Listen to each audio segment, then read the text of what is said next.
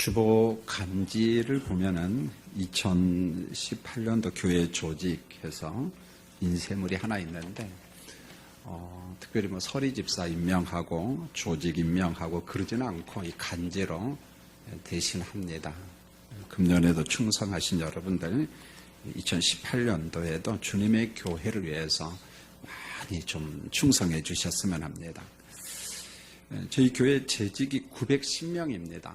재직들만 결석 안 해도 참 좋겠는데 재직도 교대로 결석합니다. 세례 교인까지 합하면은 많습니다. 재적교회는 더 많습니다. 여기에 이제 영아부서부터 고등부, 청년부 다 포함하면 더 많습니다.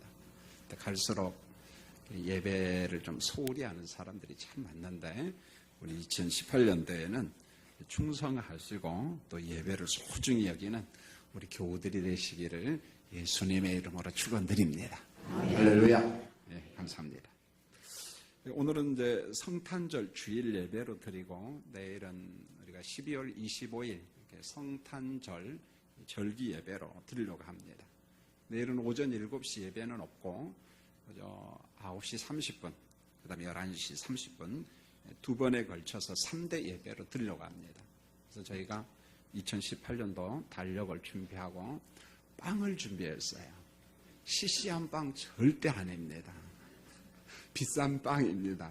몇 개 준비했냐? 1,300개 준비했는데 이제 여러분이 알아서 하세요. 저를 너무 사랑하면 저보고 다 먹으라고 저한테 주시면 안 와도 되고 많이 오셔서 같이 은혜 받는 시간 되었으면 합니다. 여러분 구약 성경을 보면은 그리스도의 오심, 메시아 오심에 대해서 창세기서부터 말라기까지 계속 예고합니다. 그리고 신약에 보면 그 예언된 메시아가 이 땅에 오셨다. 그래서 성경은 예언과 성취, 약속과 성취 이런 관점에 기록되어 있습니다. 구약의 많은 예언자가 메시아의 오심을 이야기했는데 그 중에 대표적인 사람이 누구냐면은 미가 선지자예요. 오늘 말씀의 주인공인 미가 선지자입니다. 미가 선지자가 베들레헴 땅에 예수 그리스도께서 메시아가 오신다 그렇게 예고를 합니다. 그런데 미가 선지자가 기록한 말씀을 보면은 전혀 분위기가 달라요. 그래서 미가서 1장, 2장, 3장은 심판 예고. 범죄한 백성을 내가 심판한다. 그런데 4장과 5장으로 넘어가면 이게 반전이 됩니다. 하나님의 진노로 징벌받은 백성이지만 내가 회복시키겠다. 그러면서 메시아의 출현, 메시아의 도래, 메시아가 이 땅에 성육신한다. 그것을 예언하고 있습니다. 먼저 서론적으로 보면은 미가서 1장, 2장, 3장은 하나님의 심판 예고가 나오는데 미가서 1장 5절에 보면 야곱의 허물 이스라엘 족속의 죄로 말미암아 심판한다. 여러분 야곱이 창세기에 보면 나중에 이름이 뭘로 바뀌어요? 이스라엘로 바뀝니다. 이스라엘로 바뀌거든요. 그러니까 야곱의 허물 이스라엘 족속의 죄는 똑같은 말입니다. 이스라엘이 하나님 앞에 범죄했다. 그러므로 내가 너를 심판한다. 그런 말이고요. 미가서 2장 8절에 보면 남의 의복을 빼앗고 부녀와 어린 자녀를 힘들게 한 죄 이렇게 말해요. 여러분 옆 사람의 재물을 갖다가 의복을 갖다가 빼앗으면 되나요? 재산 강탈입니다. 연약한 부녀와 어린 자녀를 힘들게 하는 게 인권 유린에 해당되는 거예요. 여러분 하나님은 사랑이고 하나님의 형상대로 지음받은 사람을 괴롭게 한다, 힘들게 한다. 하나님 그냥 놔두지 않아요. 왜요? 죄가 되기 때문에 그렇습니다. 미가서 3장 2절에 보면 선을 미워하고 악을 기뻐하는 유다를 내가 심판한다. 자, 이렇게 하나님 앞에 범죄한 백성을 어떻게 심판하느냐? 미가서 3장 12절에 보면 시온은 갈아엎은 밭이 되고 이렇게 말했어요. 자, 시골에서 농사 지어 봤잖아요.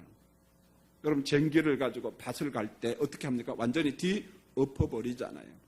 그리고 거기에 씨 뿌리고 농사를 짓습니다.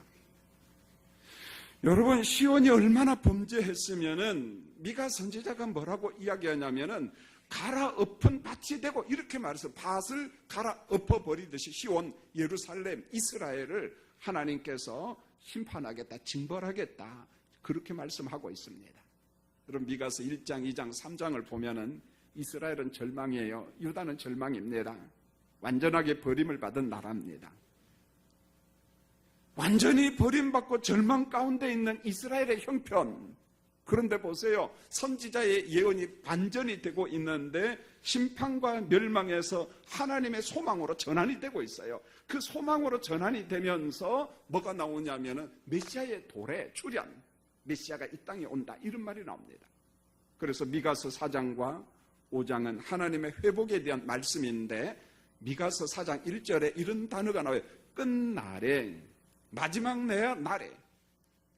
이게 무슨 시간일까요? 메시아의 날에 그런 말입니다.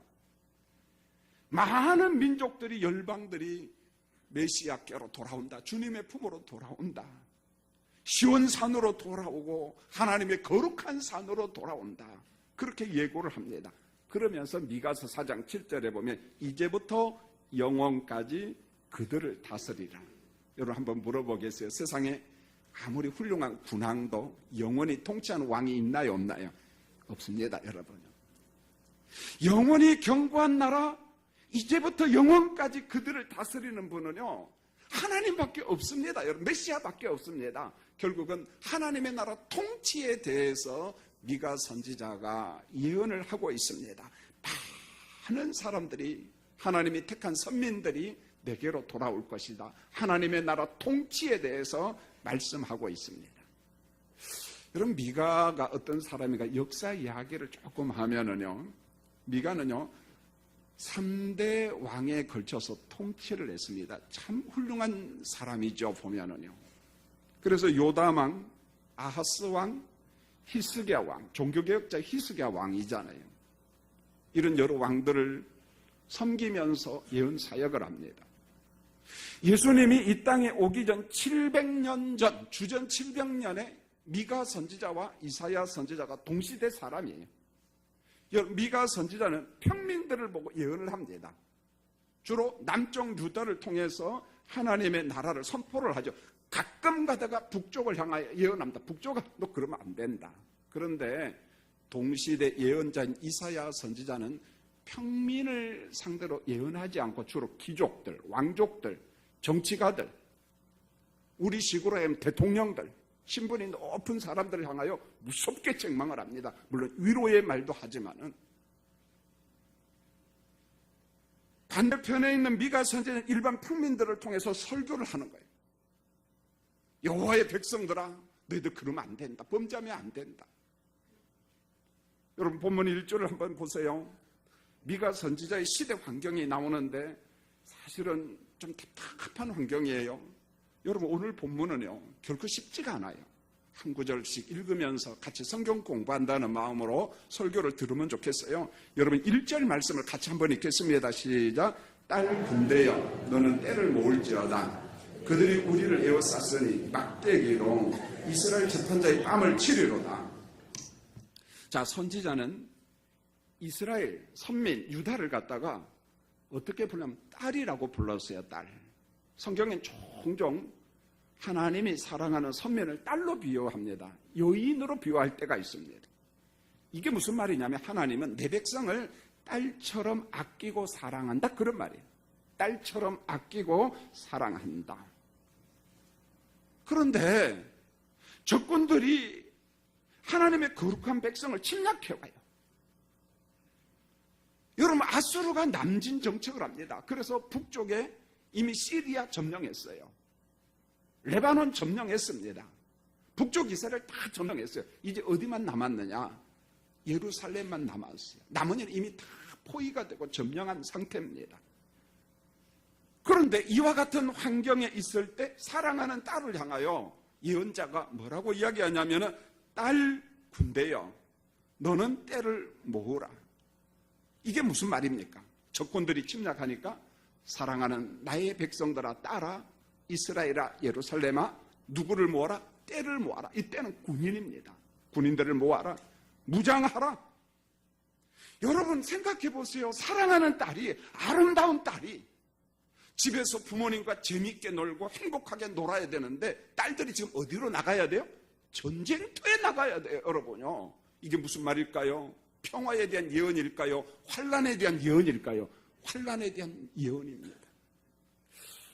우리 예수 믿는 사람들은요, 하나님의 부름을 받기 전까지 돈을 좀 모아가지고, 여러분 기회가 있으면은 성지순례 한번 가면 참 좋습니다. 그래서 예루살렘도 한번 가보고, 베들레헴도 가보고, 갈릴리 호수도 가고, 뭐 갈멜산, 성경에 나오는 유적지를 그럼 가면 참 좋아요.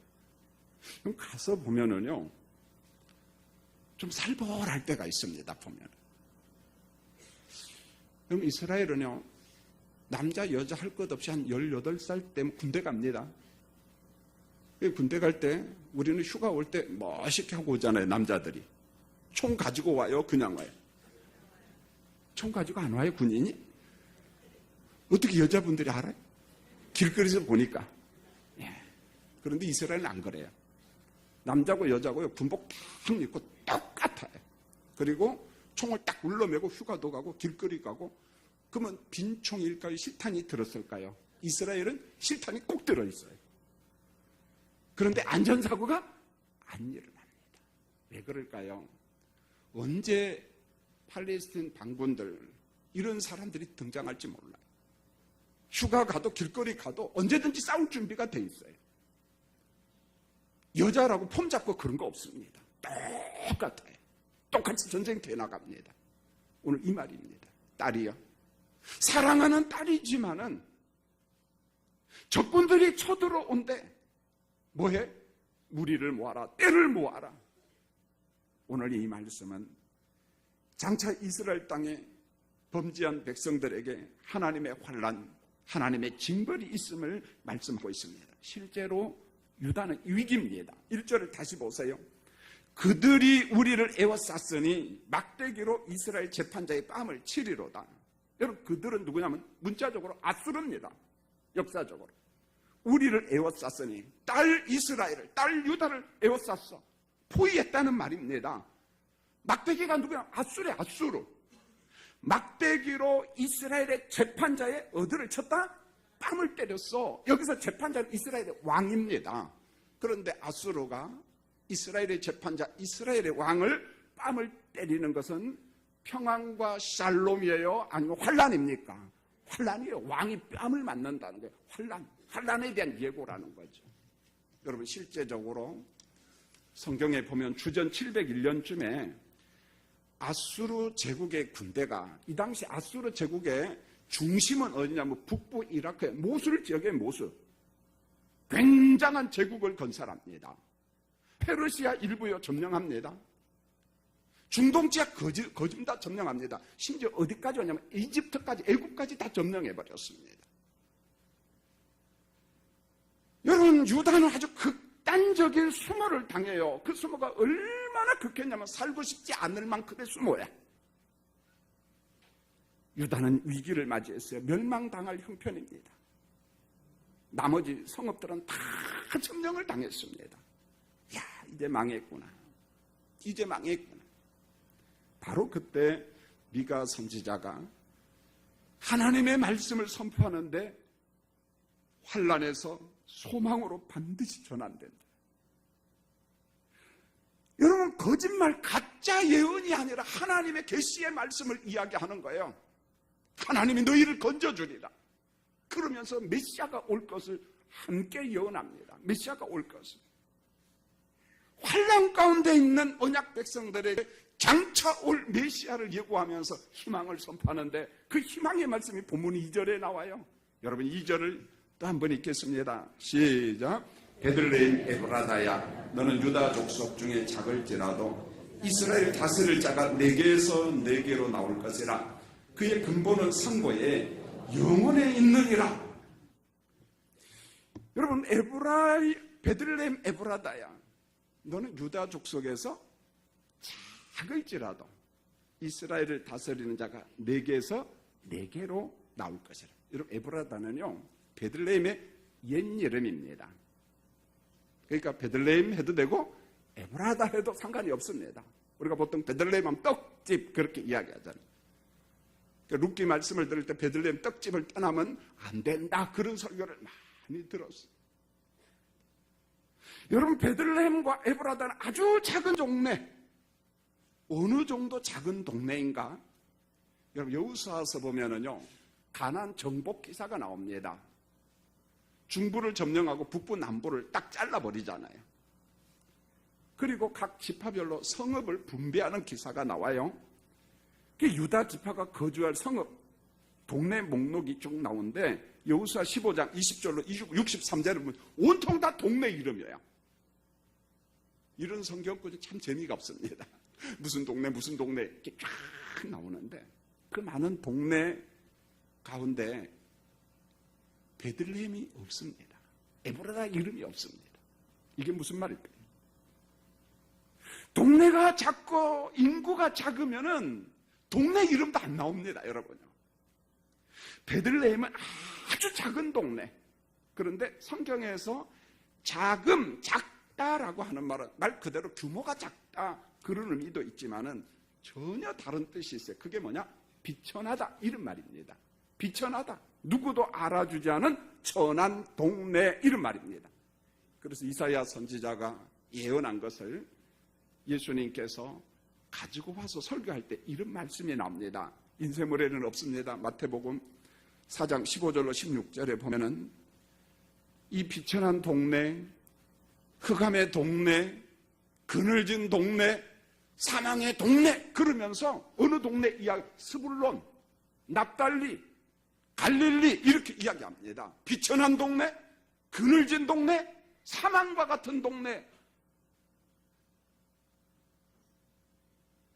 바로 그와 같은 동네가 어디냐면 베들레헴이라는 거예요. 천한 동네, 비천한 동네.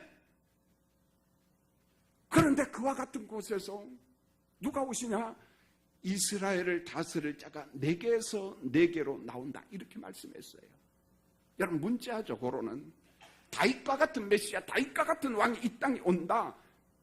그런데 네개에서 네개 올 메시아는 단순한 인간이 아닙니다. 이스라엘을 다스릴 자가 네개에서 베들레헴에서 에브라다 작은 동네, 비천한 동네에서 누구에게로? 네개로 포음입니다. 포음이 하나님에게로 나온다는 게 베들레헴 동네에서 하나님의 나라를 위하여 일할 메시아가 나올 것을 미가 선지자가 말씀하고 있습니다. 그런데 보세요. 그 다음 구절에 그 메시아의 존재에 대해서 이야기합니다. 주소에 대해서 이야기를 하는데 그의 근본은 상고의 영혼에 있느니라 이렇게 말했어요. 여러분, 상고가 무슨 말일까요? 사전적 의미는 먼 옛날. 여러분, 국사 시간에 공부했잖아요. 상고시대, 중고시대 뭐 이런 거. 그런데 단순히 상고, 먼 옛날이 아니라 그 다음 단어가 영원 이렇게 말했어요. 영원이 뭔 말입니까? 시간을 초월해서 영원, 역사를 초월해서, 우주를 초월해서, 공간을 초월해서 결국 상고라는 말, 영원이라는 말은 초월적 존재인 메시아가 이 땅에 오신다 그런 말입니다. 초월적 존재인 메시아가 성육신에서 베들레헴 땅에 오신다. 베들레헴 땅에 오신다. 오늘 이 말씀을 미가 선지자가 예언합니다. 그런데요, 3절로 넘어가면은 메시아가 베들레헴 땅에 오시기 전까지 이스라엘이 당면할 역사에 대한 예고를 하는데 결코 밝은 모습은 아니에요. 보면은요. 여러분, 3절을 한번 볼까요? 같이 한번 3절을 읽겠습니다. 시작. 그러므로 여인이 해산하기까지 그들을 붙여두시겠고 그 후에는 그의 형제 가운데에 남은 자가 이스라엘 자손에게 돌아오리니. 여러분, 이 구절을 잘 보세요. 그러므로 여인이 해산하기까지 그랬어요. 여기는 여인이라고 했는데 1절에 보면 여인 대신 뭐라고 표현했어요? 딸. 여기서 딸과 여인은 상징적 의미인데 그럼 누구겠어요? 언약? 백성들. 이스라엘 백성들. 하나님의 선민들. 그런 말입니다. 그런데 여인이 해산할 때까지라고 이야기했어요. 여자의 몸으로 오실 누굽니까? 메시아. 메시아가 출현할 때까지, 메시아가 성육신할 때까지, 그 다음 구절에 보면 좀 슬퍼요. 그들을 붙여두시겠고 이렇게 말했어요. 그들을, 언약 백성들을 붙여두시겠고. 이게 무슨 말입니까? 언약 백성이지만 선민이지만 택자지만 하나님 앞에 범죄했어요. 하나님 앞에 죄를 범했습니다. 죄를 범한 선민들을 어떻게 한다고요? 막대기로. 이 막대기가 누구냐? 앗수르야. 몽둥이 누구냐? 앗수르야. 여러분 성경을 보세요. 북쪽 이스라엘이 범죄할 때는 어떤 몽둥이가 춤췄어요? 앗수르. 남쪽 유다가 범죄했을 때는 누가 또 춤춰요? 바벨론. 하나님께서 자기 백성들이요 범죄하면은요 에라 모르겠다 그러지 않습니다. 징벌합니다. 막대기로 두들겨 팹니다. 회초리로 두들겨 팰 때가 있다는 거예요, 여러분요. 여러분 오늘 이 말씀 3절은요 언약 백성들에 대한 징벌 예고입니다. 징벌. 환난 예고입니다. 그리고 난 다음에 3절 하반절에 보세요. 그 후에 그의 형제 가운데에 남은 자가 이스라엘 자손에게 돌아오리라. 그 형제 가운데 남은 자가 이스라엘 자손으로 돌아오라. 이건 두 가지 의미가 있습니다. 하나는 역사적 의미예요. 이게 무슨 말이냐? 이스라엘이 포로로 막 잡혀가잖아요. 언약 백성들이 페르시아로 잡혀가고 막 이 나라 저 나라로 막 잡혀가잖아요. 그런데 어느 정도 시간이 지나면은 그 남은 자가 이스라엘 자손 본토로 돌아올 것을 포로 귀환에 대한 말씀입니다. 두 번째로 2차적인 뜻은 뭐냐? 영적인 의미입니다. 하나님이 구원하기로 작정한 사람들이 동서남북 사방 열방에서 메시아의 품으로 그리스도께로 돌아올 것을 예고한 겁니다. 하나님이 작정한 사람들이 주님 품으로 많이 돌아올 것이다. 바로 우리를 향하여 말한 거예요.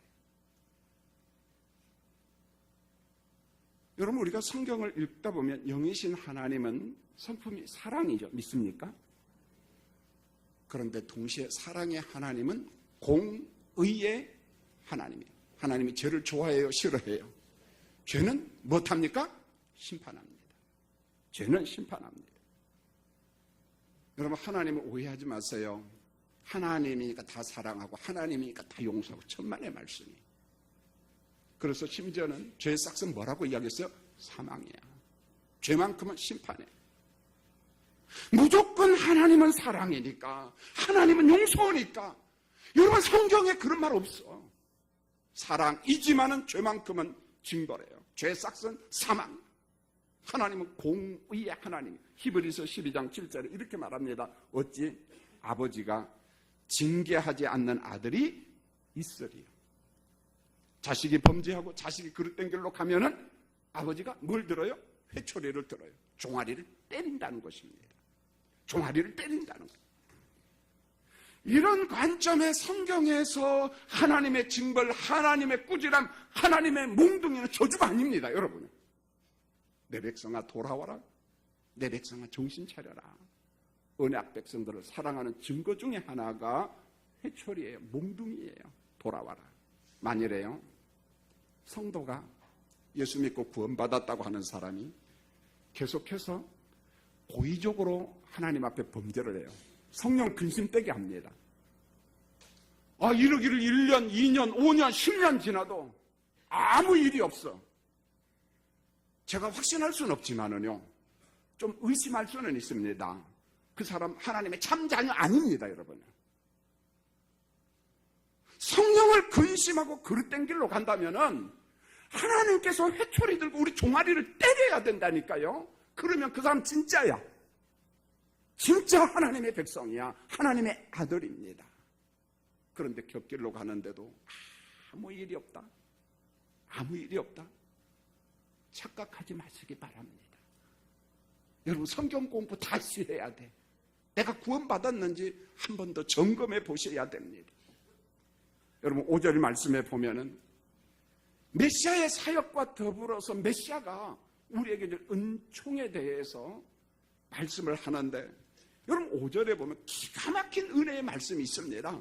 여러분 5절 말씀을 같이 한번 읽겠습니다. 시작. 이 사람은 평강이 될 것이라. 앗수르 사람이 우리 땅에 들어와서 우리 궁들을 밟을 때에는 우리가 7목자와 8분항을 일으켜 그를 치리니. 먼저 메시아의 사역을 말씀하면서 이 사람은 평강이 될 것이라 이렇게 말합니다. 메시아 자체 사역, 하나님의 나라 통치 사역은 평화의 사역이에요. 샬롬의 사역입니다. 그래서 제가 전자에 이야기했어요. 스불론과 납달리가 어둠 가운데 사망의 그늘진 곳에 있어요. 그때 빛이신 그리스도께서 오셔서 그들을 빛 가운데로 인도하시고 이렇게 말합니다. 평화의 왕, 샬롬의 왕입니다. 그런데 그 평화의 왕, 샬롬의 왕 메시아가 무슨 일을 하느냐? 5절 하반절에서 이렇게 말합니다. 아수르 사람이 우리 땅에 들어와서 우리 궁들을 어떻게 해요? 밟을 때에, 적군이 들어오면은 궁들을 밟는다는 게 무슨 말일까요? 완전 뒤엎어버려요. 불살라버립니다. 파괴해버립니다. 쓸만한 사람 다 잡아갑니다. 우리 궁들을 밟을 때에, 환란이 있을 때에 하나님께서 우두커니 보고 있느냐, 가만히 있느냐. 천만의 말씀이에요. 그 다음 구절을 보세요. 우리가 7 목자와 8 군왕을 일으켜 그를 치리니, 그가 누구겠어요? 아수르입니다. 아수르를 하나님께서 징벌하겠다는 말입니다. 여러분, 아수르는 범죄한 선민을 징벌하는 도구입니다. 도구는 도구 역할만 하면 됩니다. 도구가 월권 행위를 하면은 하나님께서는 용서하지 않습니다. 잘 들으세요. 내 직무가 뭔가 그만큼만 하면 돼요. 충성하면 됩니다. 그러나 월권 행위를 하면 하나님은 싫어합니다.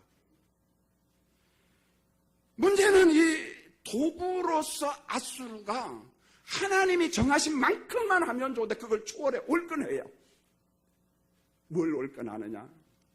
도구에 불과한 아수르가 주인 대신 하나님의 이름을 조롱하고 망령되이 부르고 빈정거리고 비방하고 못된 짓을 합니다. 그게 이사야서와 열왕기하 말씀에 보면 굉장히 많이 나와요. 열왕기하 18장과 19장에 보면 이 아수르 장군의 랍사게가 사네립 왕이 이 랍사게에게 정권을 줍니다. 뭐라고 막 비방을 하냐면 예루살렘 성읍에 있는 백성들을 보고 여호와 하나님이 너희를 건진다고?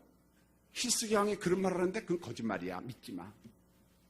이미 하나님은 너희들을 버렸어. 이때 아수르는 랍사게는 하나님 여호와를 갖다가 민족신, 지방신, 잡신으로 생각해. 잡신으로 여깁니다.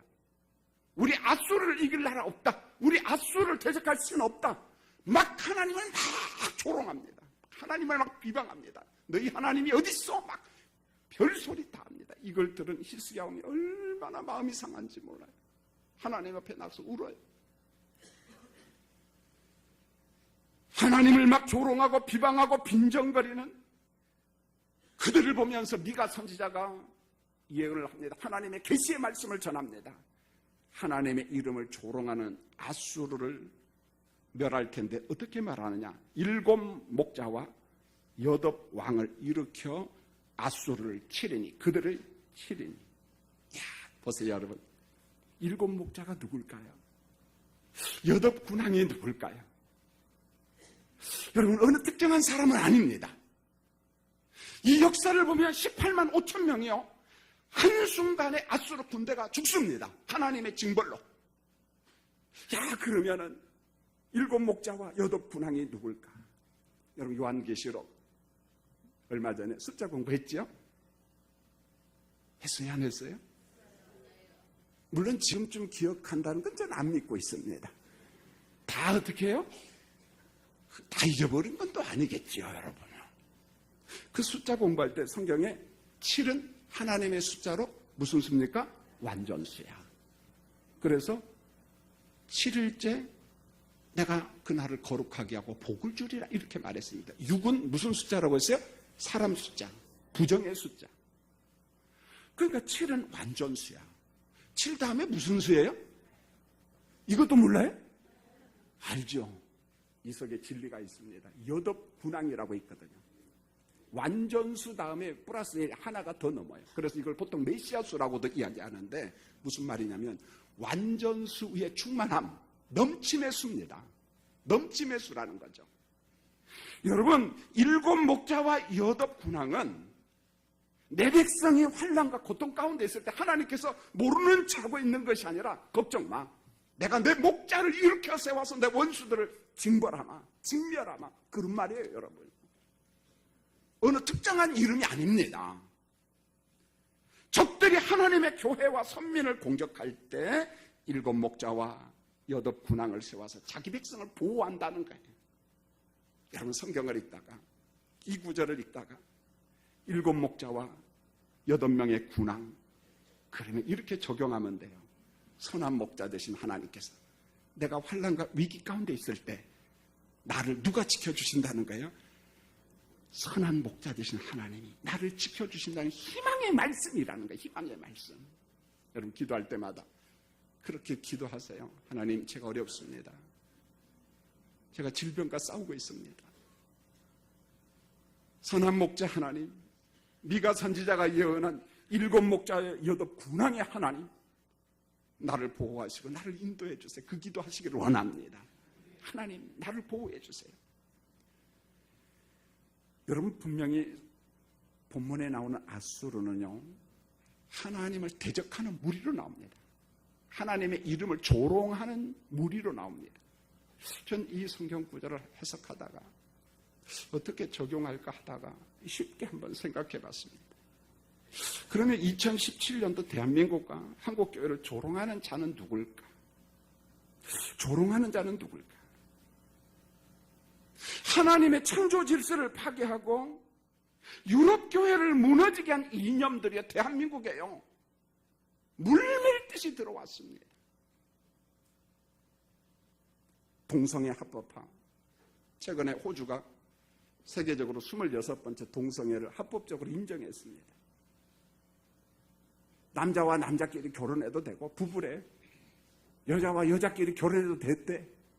좋아요, 안 좋아요? 말이 없네. 불의한 거잖아요. 불법이잖아요. 그런데 그게 합법이 돼. 성차별법을 법제화하고 있어요. 하나님을 조롱하는 현대판 아수르가 우리나라에 너무너무 많아요.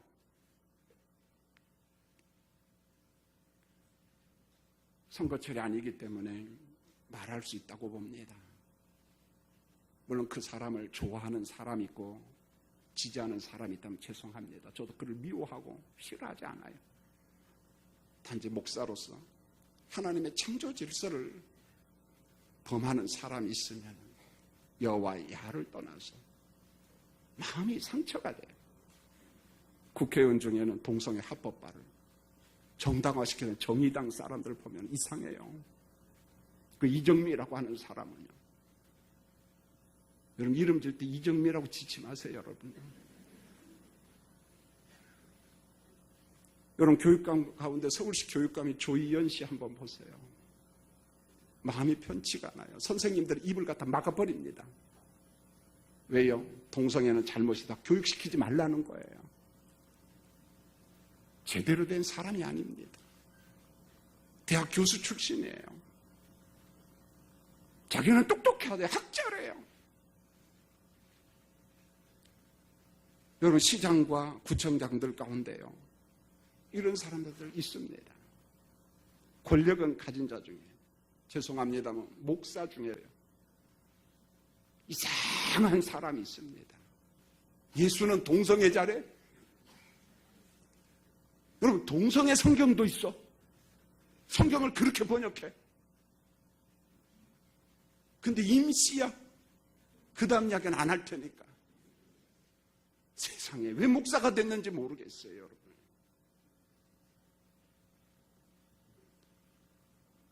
여러분, 기도 중에 국가를 위해서 얼마나 기도합니까? 좀 많이 합니다. 우리 대통령이 이런 사상에 오염되지 않게 하시고, 청와대에 이런 신하들이 좀 많이 들어가지 않도록. 그런데 너무 많이 들어갔어.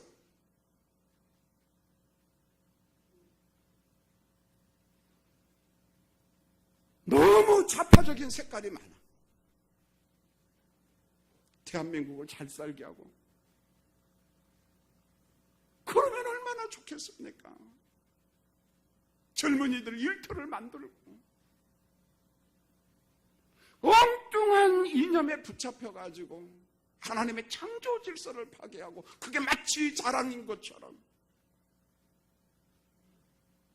베드로후서 3장 3절에 말세의 특징이 나옵니다. 말세에 조롱한 자들이 와서 자기의 정욕을 따라 행하며, 말세에 하나님을 조롱하는 자들이 무수히 나올 거래요. 참교의 참성도가 이 세상 살아가는 게 너무너무 힘들어요. 그 힘든 게 뭐냐면 마음의 상처가 된다는 거예요.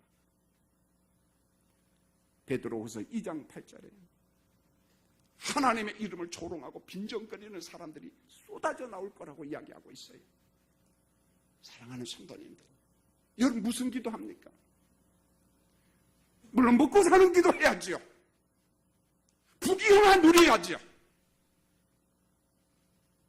그런데 본질적으로 보세요. 의식주 문제 필요합니다. 그러나 예수님은 그 이상의 것을 추구하기를 원합니다. 하나님의 나라와 하나님의 의를 구하라. 오늘 이 시대에 하나님을 대적하고 주님의 교회를 대적하고 하나님의 이름을 조롱하고 빈정거리는 악한 영들의 세력이 너무 많다는 거예요. 우리의 싸움은 혈과 육과의 싸움이 아니라 그 사람을 배후에서 조장하는 악한 영들과의 싸움이에요. 여러분 부탁합니다. 정말 간절히 기도해 주세요. 하나님, 대한민국을 사탄의 공격에서 지켜주시라고요. 하나님의 교회를 하나님 사탄의 공격에서 지켜주시라고. 그 기도 좀 해주세요. 이제 말씀을 맺겠습니다. 성탄절의 주인공이 메시아는 두 가지 사역을 합니다. 첫 번째로 사망과 그늘진 땅에서 고통당하는 자에게 샬롬의 메시아로 오셨어요. 평화의 메시아로 오셨습니다. 우리도 병들고 가난한 자 옆에서 그를 위로하고 격려해야 돼요. 이게 메시아의 사상이고 메시아의 정신이에요. 생명의 복음을 전해야 돼요. 동시에 메시아의 사역을 보세요. 하나님을 조롱하고 창조 질서를 파괴하는 아수르와 같은 불의한 자는 하나님이 진멸하시겠다고 이야기했어요. 여러분 오해하지 마세요. 하나님은 사랑이요, 하나님은 공의의 하나님이십니다. 죄는 죄입니다. 사랑하는 성도님들, 기도하시면서 대한민국을 지켜가는 우리 성도들이 되시기를 예수님의 이름으로 축원합니다. 하나님 우리 아버지, 성탄절 주일을 맞이해서 메시아 오심과 사역에 대해서 설교를 했습니다. 우리 가정과 내 옆에 병들고 가난한 자가 있다면 예수님의 마음으로 손잡아주게 하시고 그들과 함께 나눌 수 있는 샬롬의 교회와 샬롬의 성도가 되게 해 주옵소서. 그러나 하나님을 대적하고 하나님의 이름을 조롱하는 악한 자들이 있을 때는 원수 마귀를 예수의 이름으로 대적하는 영적인 능력이 충만한 한국교회가 되도록 우리 주님 축복 내려 주시옵소서. 예수님의 이름으로 기도합니다. 아멘.